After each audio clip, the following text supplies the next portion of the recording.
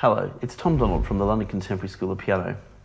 Today I'm going to show you how to combine chords and melody on the piano when playing songs. And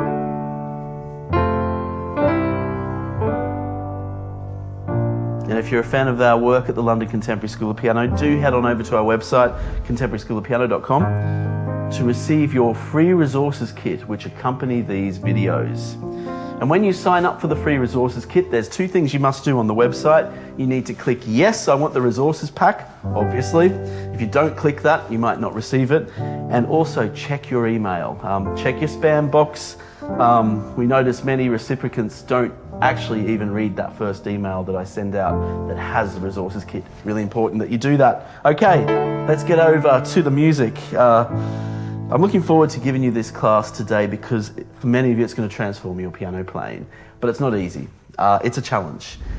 Adding chords and melody together on the piano simultaneously and self-arranging the music is not an easy thing to do. And many of you can do it already, but you might be doing it this way.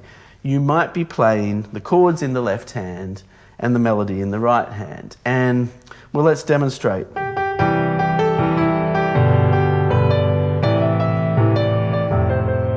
It just doesn't sound very good like that.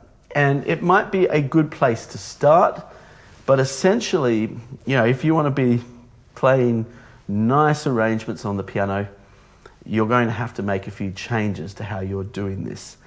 And generally, we actually want to, particularly with popular music or cocktail piano or even a lot of jazz, we actually want to avoid having the chords in the left hand and the melody in the right hand. Now, there are places where that will work, but a lot of the time it'll actually sound terrible. And it just sounds muddy to put chords in the left hand. Unless we've got the left hand going up to the middle C, and we're playing all the way up here. All right, that texture works okay, but there's a limitation to that. So essentially, what you really have to do, and if you can do this, you've got some cocktail piano skills you'll be able to leverage for years to come. So it's definitely worth putting your time into this. You want to integrate melody and chords in the right hand. Take the left hand out of the equation altogether. That's what we're going to be learning to do today. And then when we take the left hand out of the equation, when we bring it back in, it's going to be able to do all of these wonderful new things like create rhythm and groove in the playing, bass lines, arpeggios, you name it. So we're going to be very right hand focused. I'm going to choose different melodies from different songs. I'm not really going to overthink of which songs I choose. I'll just choose little segments of songs to exemplify different things. I'm thinking a bit about my students right now and what I'm teaching them and their songs that they want to play. There's the famous Lloyd Webber piece, Memories, and it's got the following chords in it. B flat, major, G minor, E flat, D minor, C minor, G minor, F major, B flat major, and the melody's this.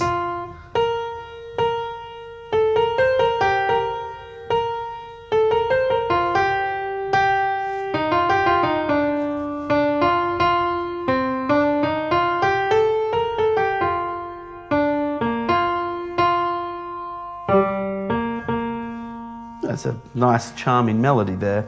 But you'll find the internet awash with arrangements where the chords are in the left hand and the melodies in the right hand. But we actually want to marry the two together in the right hand. So how do we do that? Well, the general rule of thumb is we want to get the melody on top because then we'll hear it more effectively. And then that decides what inversion of the chord we use. So the song begins with a B flat major chord and we have the melody. So that means I'm using the first inversion of the B flat major chord because the melody starts on a B flat. So that has made me decide what inversion I need to use for that B flat major chord. Now the rest is just melody. Now we've got the G minor.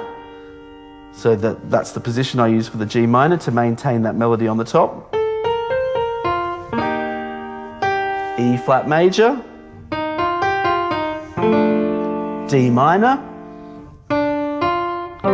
Now this is interesting. I'm on a C minor, but I can't quite go to the C minor yet because the melody's still on that F. This is what we call a passing note. which adds a bit more dissonance to the chord. It's quite nice.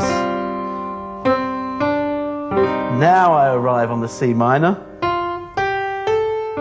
G minor, F major, B flat major.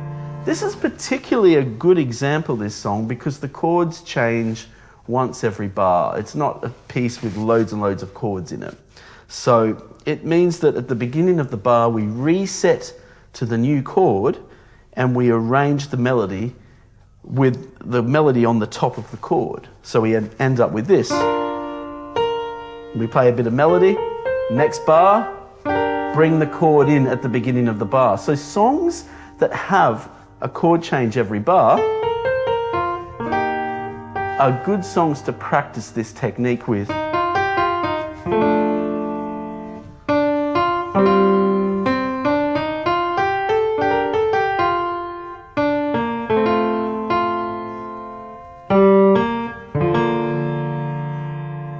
And that's so much more effective than just having the chords in the left hand like this. I mean, there's no comparison. So this right hand practice is really effective. Invest some time into your right hand practice for this. And then when we add the left hand, we can use nice arpeggios like this. And we get a much more richer sound on the piano with the chord and the arpeggio together. I mean, you compare it with this even. That's a bit more empty, isn't it? But this is much more richer. So that's a really useful technique. And so another song that's very popular is Leonard Cohen's Hallelujah. And we're going to use the same technique for this song. Again, you could play it with the chords in the left hand, even as an arpeggio. And you know, when the chords are an arpeggio in the left hand, chords sound so much more palatable in the left hand when they're arpeggiated because they don't sound muddy. So that's often a stepping stone students use, as they'll play broken chords in the left hand and melody in the right hand. But still, essentially, the sound is a little bit too thin. You actually want to have the chords in the right hand. So we get Hallelujah. The chords are C major, and I think it's really important to practice the chords first. A minor, because if you practice the chords first, you're just getting the structure of the piece, the geography of the piece. The chords are like the building, and the melody are the people in the building. That's the way I like to see it. Melody needs an enclosure. That's why this is so important. Melody needs a house to live in. It doesn't want to just be sleeping under the bridge. And that's why chords are so important. They enclose the melody. So we got the melody of this song.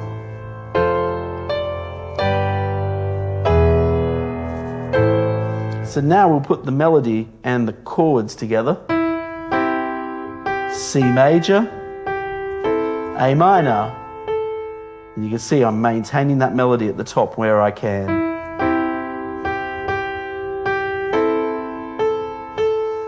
This is why inversions are so important.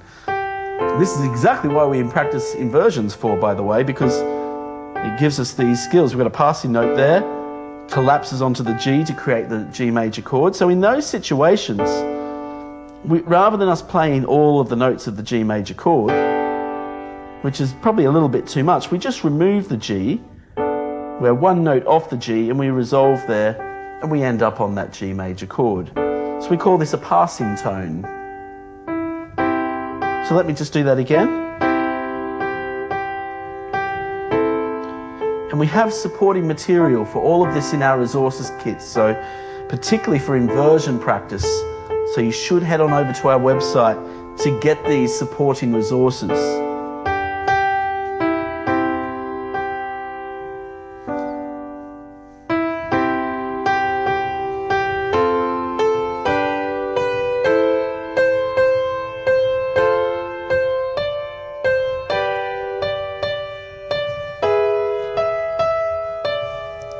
Another passing note there, and then it finally resolves on the A minor.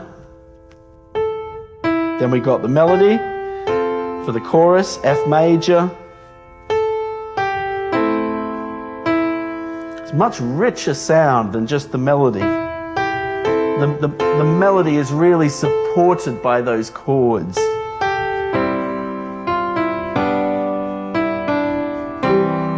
You need to be flexible with your hands. You might be worth practicing dynamically changing inversions like this, just to get that flexibility in your hands, because you do need to be flexible. This is not an easy thing to practice because it can't be entirely systemized. There are things in music that can't be entirely systemized. As much as we try and put a system on everything or a methodology on everything, this is one of these things where the melody will be doing the things that the composer wanted the melody to do. Not what you wanted the melody to do, but the composer of the song. Well, I like the melody to go like this and jump here. So therefore you have to problem solve. So this is not a methodology that I'm using here. There's really no method here for this. It's a problem-solving thing. We're trying to find where can I fit the melody in with the chords. So give yourself permission to problem-solve. And if you do that, you're going to have those skills a cocktail pianist has of being able to self-arrange the music. Because let's face it, you're not going to find good quality scores on the internet that have transcribed these songs for solo piano because they're written for voice. So these skills are magical. They're going to save you a fortune in buying sheet music and having to buy sheet music that doesn't even work, or there's not even a good arrangement of the song, where the chords have been put into the left hand. So then, again, just like in memory, I've got the arpeggios in the left hand, but I've got a much richer right hand there, and that's a really effective way to play it. And then if we look at some other songs, and look at the classic Elton John, Your Song. I know it's a song that needs no introduction, but this is an example of a song with a few more passing tones in it. And this can help develop your ear. So we're sort of taking things up a notch now. If you look at every single major and minor triad we play on the piano, we have 5 immediate notes available to us in the form of a micro scale, you could say. So there's an E flat major chord, and there's the first 5 notes of an E flat major scale. A flat major, B flat major. So the melody often is enclosed within that sort of shape, even if it's an inversion. Passing notes between the first and second and third note of the coexisting scale that moves with that chord. So this can be useful for our ear training. So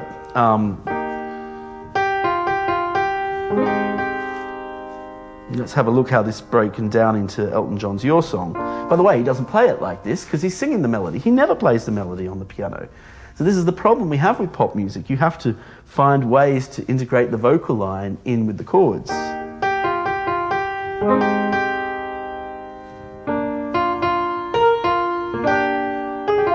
You can see this use of passing notes. I'm not one of those who can...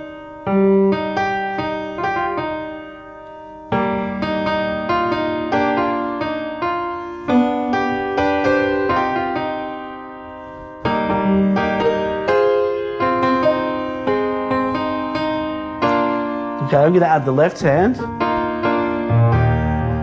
My left hand can provide some more rhythmic backing now because it's not having to carry the weight of the chords. It's all being done in the right hand, so I can do things like this.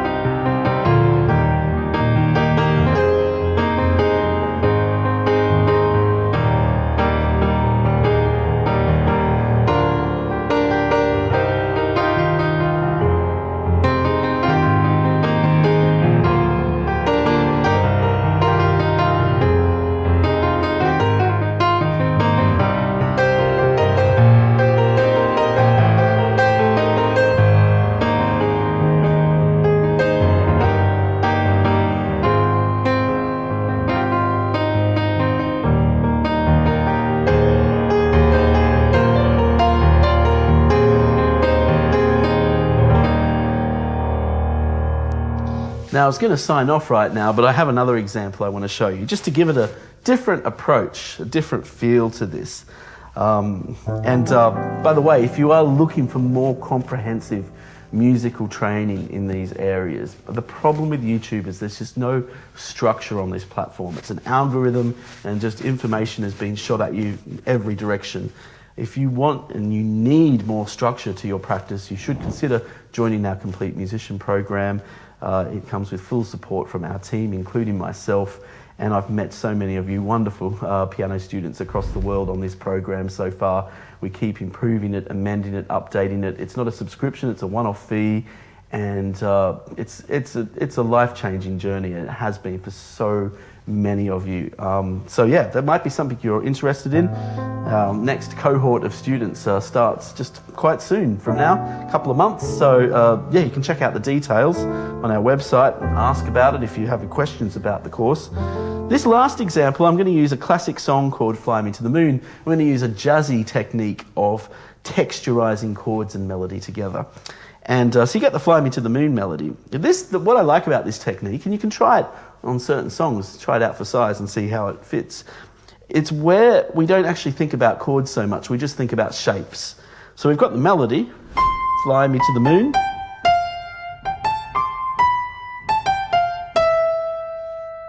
And I'm just going to make a nice little funky shape out of that. It's like a C6 or an A minor 7. It's an A minor 7, I guess, because I've got the A in the bass. But I'm going to just maintain that nice little shape. And I'm just going to walk down with the melody at the top, keeping that shape.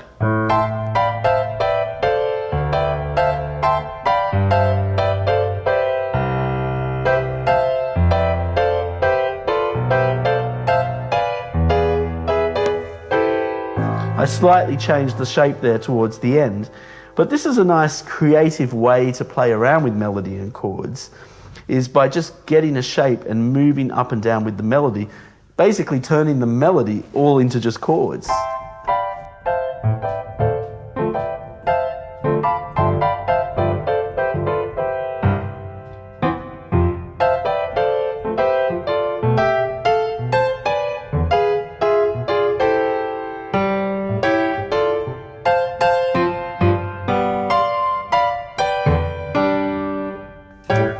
And you can experiment. I was just really keeping the notes in the A minor scale and just playing around with different combinations. I can use different shapes. I could try this shape instead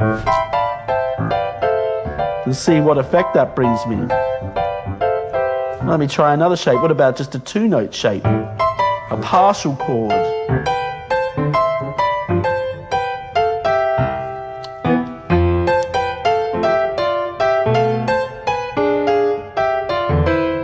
That works quite well in jazz too, is the two-note chord rather than the three-note chord. You get a nice richness to it. So you can really play around with these chords. So if you found today's video helpful, do head on over to our website.